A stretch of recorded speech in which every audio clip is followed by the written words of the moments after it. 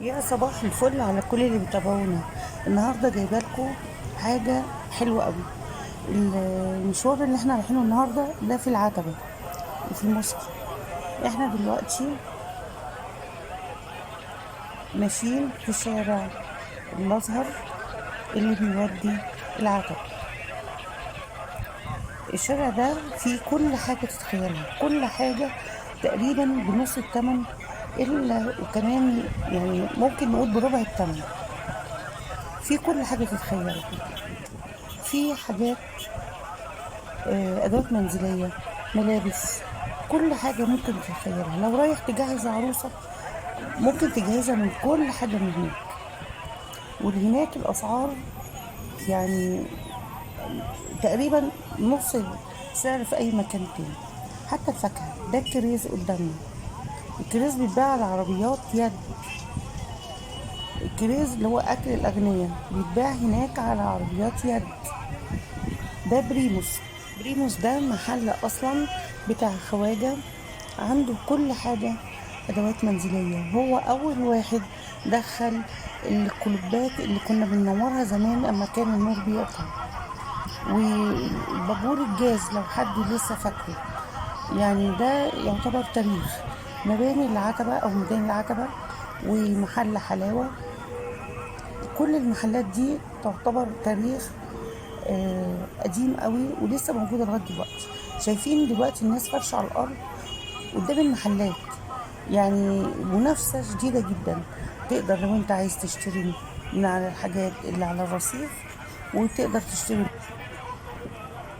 او تشتري من المحلات او العربيات. عندك حرية الاختيار. والاسعار هناك جميلة جدا والجودة ممتازة. دي بتبقى بواقي محلات، اشهر محلات واشهر براندات. ودلوقتي احنا في ميدان العتبة، وجراج الاوبرا قدامنا، جراج العتبة قدامنا.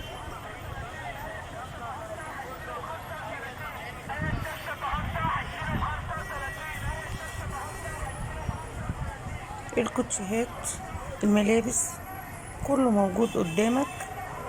اكبر سوق في مصر ممكن تلاقي فيه كل حاجة انت عايزها كل ايام الاسبوع.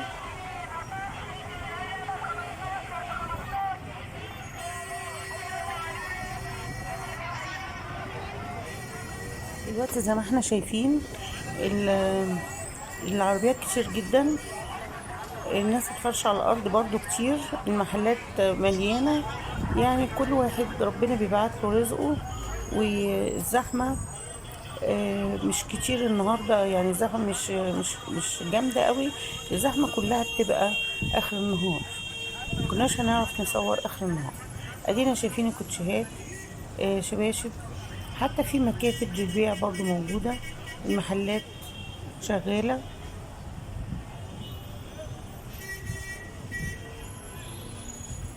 البلح بتاع الواحات اللي بيضحكوا على الناس يقولوا ده بلح مستورد.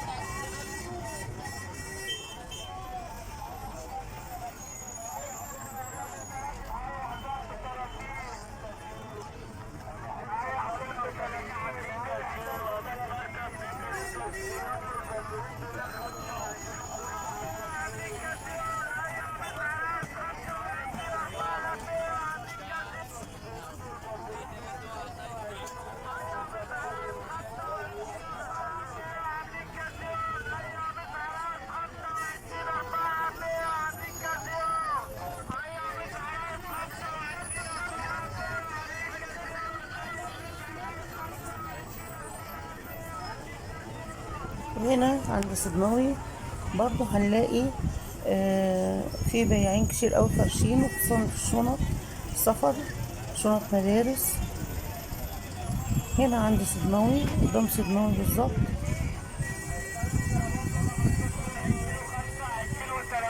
في كل حاجة تفكر ان انت تشتريها تلاقيها هنا.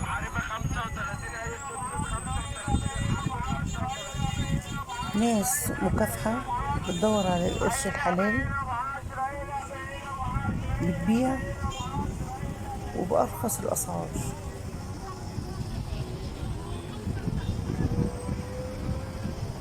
هنا داخلين على البواكي. الشارع ده بيطلع على وسط البلد، شارع فؤاد أو شارع 26 يوليو، فؤاد سابقا. دي البواكي، وفي الاتجاه التاني شارع كوبري.